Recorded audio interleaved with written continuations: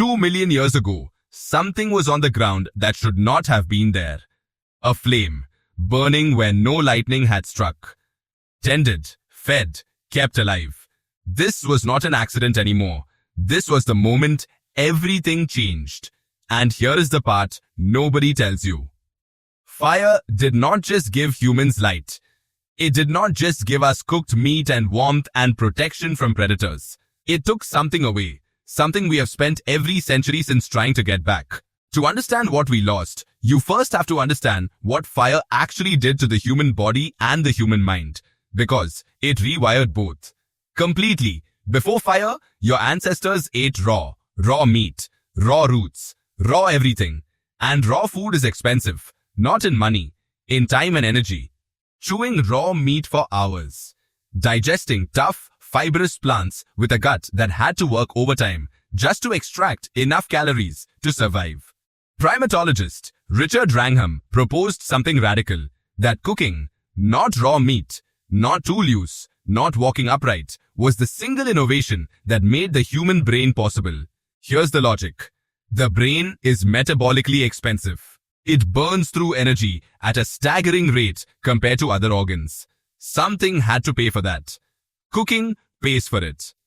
Heat breaks down cell walls. It denatures proteins. It turns food that would take hours to chew and digest into something your body can extract calories from almost instantly.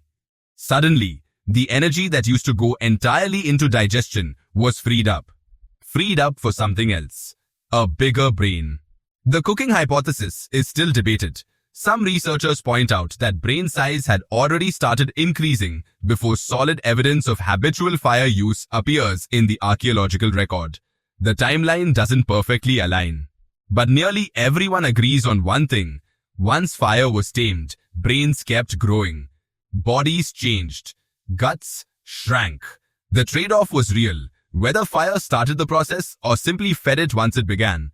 That's the body. Now here's where it gets stranger. Fire didn't just feed your brain. It gave you something that had never existed before in the history of any species on Earth.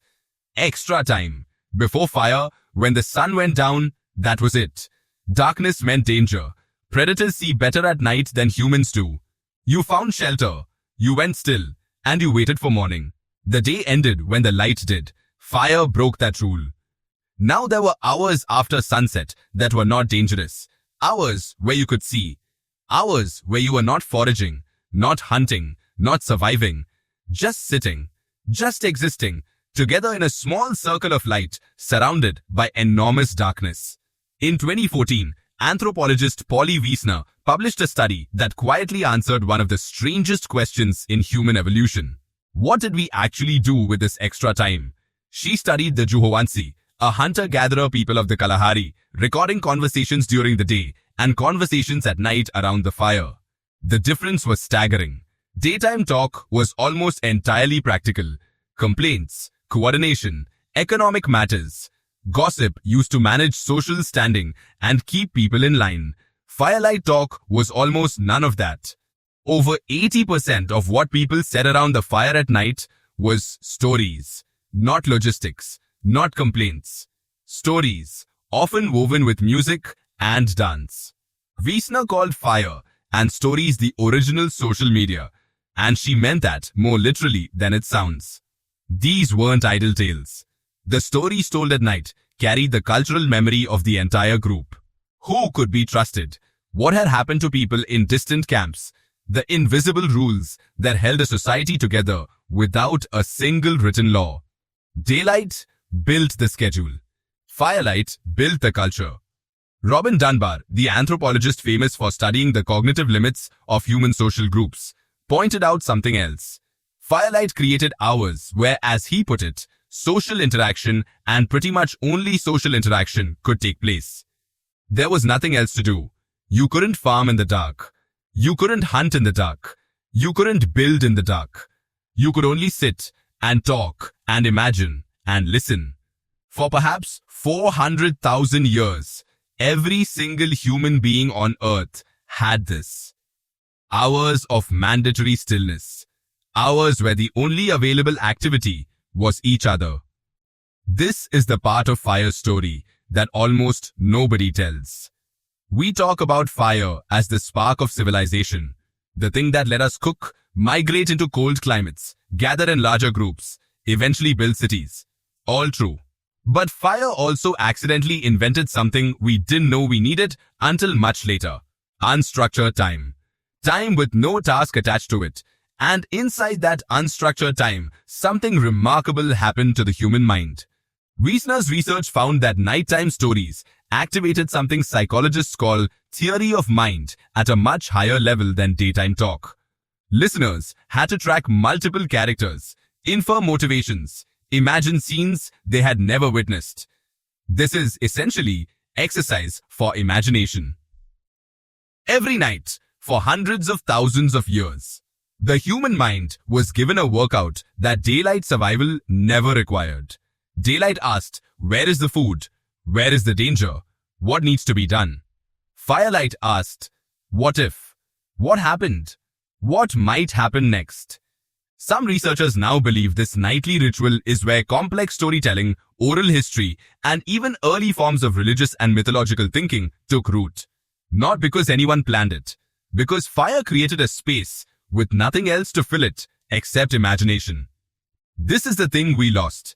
Not fire itself. We still have fire in 1,000 domesticated forms. We lost the boredom. We lost the unstructured dark.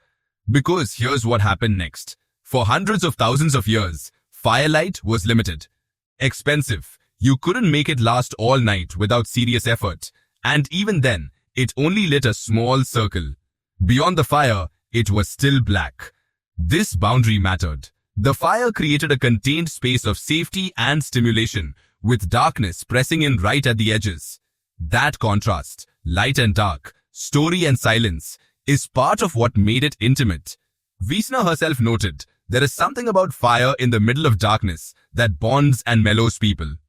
It's contained, it's finite.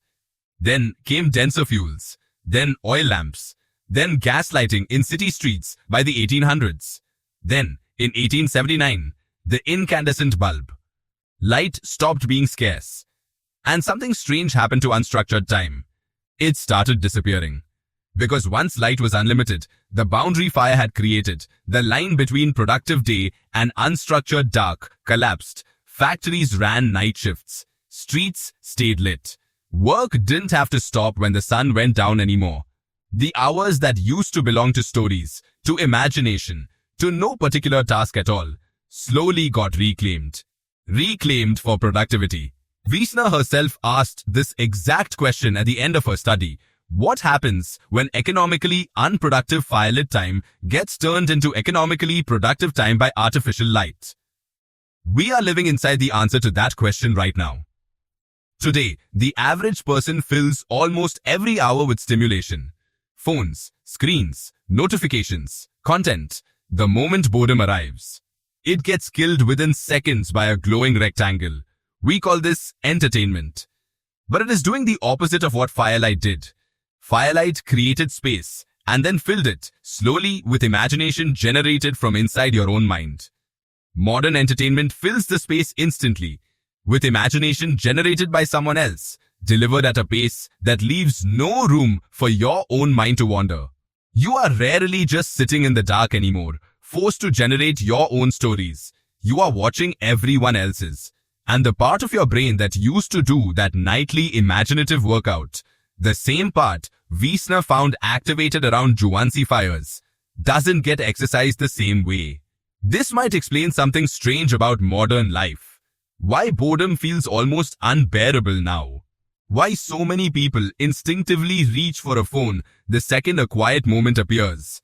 Why sitting alone with nothing to do has become one of the most avoided experiences in modern existence. Your ancestors didn't avoid this state. They lived inside it every single night for hundreds of thousands of years. It wasn't empty time to them. It was the most socially and psychologically rich part of their entire day. We call our ancestors primitive. But for a third of their lives, every single day, they did something most modern humans have nearly forgotten how to do. They sat with nothing, in the dark, with only the people next to them and the stories in their own heads. And somehow, that produced theory of mind, oral history, mythology, the architecture of human culture itself. We got the light. We got the brain that fire helped build. We got civilization, electricity, screens, endless stimulation. But we lost the fire's other gift, the one nobody talks about, the boredom that built our imagination. So the next time the power goes out, the next time your phone dies, the next time you find yourself sitting in a room with nothing to do and no light but a candle or a low flame, don't reach for a replacement. Sit in it. Your ancestors did this every night for 400,000 years, and it might be the closest thing left to the fire that made us who we are.